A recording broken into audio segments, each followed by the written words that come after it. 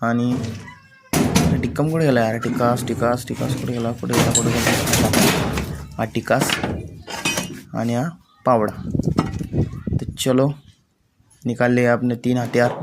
आप लगा लेते इसे फटाक से, लगा लिया फटाक से। चलो आप चलेंगे इन 3 हथियार के साथ उस खेत में। तो चलते चलो रे भैया, काम करना पडेगा रे भैया। हे बघू शकता तुम्ही, आलेलो आहे मी आता।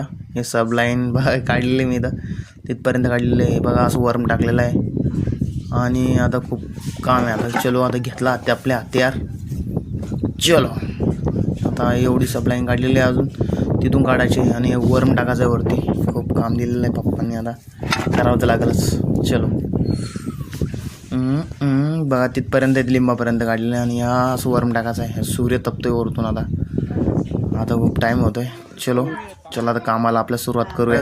काका आलेले, काका सांगते असं नाही असं करायला पाहिजे होतं, तू असं नाही बाई, इकडून पाईप टाकलेला पाहिजे होता। काका करतो ना, काका काही विषय नाही ना, ठीक आहे ना। तर आपलं कामाला चालू केला, आता आपला मोबाईल सेट करून दिला। चलो करूया आता काम स्टार्ट। मग का भाऊनं फोन केला, भाऊ नंद्रा पडला आंब्यावरतून, हे बघू शकता डंग तुटलेला।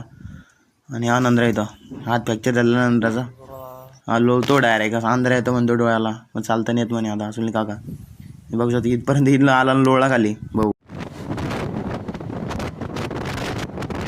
मग काय निघालो 320च्या स्पीडनं सिल्लोडला। चला म्हटलं जाऊ हॉस्पिटलला जाऊ। चलो